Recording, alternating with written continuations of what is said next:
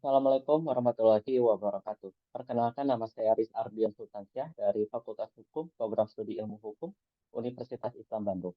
Saya akan mempresentasikan penelitian saya yaitu tinjauan terhadap kualitas kepala daerah dari pilkada satu pasangan calon berdasarkan Undang-Undang Pilkada dan asas-asas umum pemerintahan yang baik. Indonesia menjunjung tinggi kedaulatan rakyat sebagaimana pada pasal 1 ayat 2 Undang-Undang Dasar 1945. Salah satu perwujudan dari kedaulatan rakyat tersebut yaitu penyelenggaraan pemilu, termasuk juga pilkada. Untuk peraturan terkait pilkada diatur pada Undang-Undang Nomor 8 Tahun 2015 yang kemudian digantikan oleh Undang-Undang Nomor 10 Tahun 2016 dalam hal ini Undang-Undang Pilkada. Tetapi sebagaimana praktek yang terjadi, terdapat beberapa pasangan tidak lolos persyaratan yang ditentukan oleh Undang-Undang Pilkada. Hal ini menimbulkan suatu keadaan penyelenggaraan pilkada berlangsung dengan satu pasangan calon. Selain itu, keadaan pilkada yang hanya diikuti oleh satu pasangan calon ini menimbulkan pertanyaan, apakah kepala daerah yang dihasilkan dari pilkada tersebut dapat memberikan kualitas yang baik atau tidak dalam penyelenggaraannya.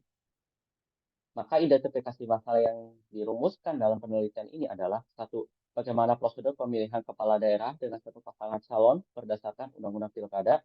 Dua, bagaimana kualitas kepala daerah dari hasil pilkada satu pasangan calon dalam hubungannya dengan AUPB.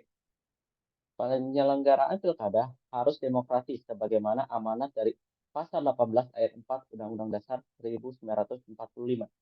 Peraturan yang mengatur pendaftaran kepala daerah diatur dalam Undang-Undang Pilkada pada Pasal 7 ayat 2, Pasal 40, dan Pasal 41. Dengan melihat peraturan tersebut serta merujuk ketiga daerah pilkada pada tahun 2018, yaitu Kota Tangerang, Kabupaten Lebak, dan Kabupaten Tangerang, di mana pilkada tersebut berlangsung dengan satu pasangan calon, maka tahapan pendaftaran pasangan tersebut yaitu di Pilkada Kota Tangerang diikuti hanya pasangan Arif R. Wismansyah dengan Syahrudin. Di Pilkada Kabupaten Lebak diikuti hanya pasangan Iti Oktavia Jayabaya dengan Ade Sumardi. Dan di Pilkada Kabupaten Tangerang diikuti hanya pasangan Ahmed Zaki Iskandar dengan Ahmad Romli.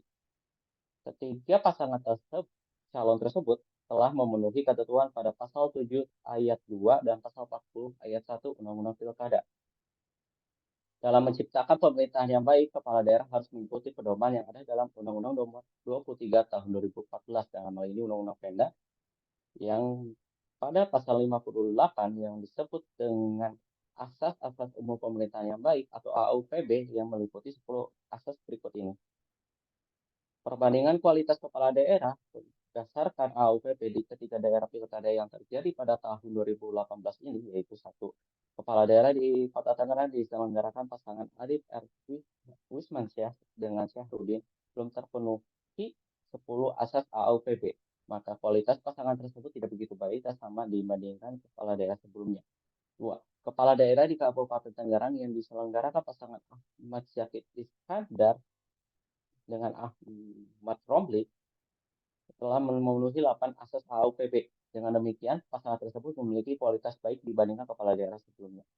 Ketiga, kepala daerah di Kabupaten Lebak yang dipimpin oleh pasangan Iti Oktavia Jayabaya dengan Ade Sumardi telah memenuhi 6 asas AUPB. Dengan demikian, pasangan tersebut memiliki kualitas baik dibandingkan kepala daerah sebelumnya.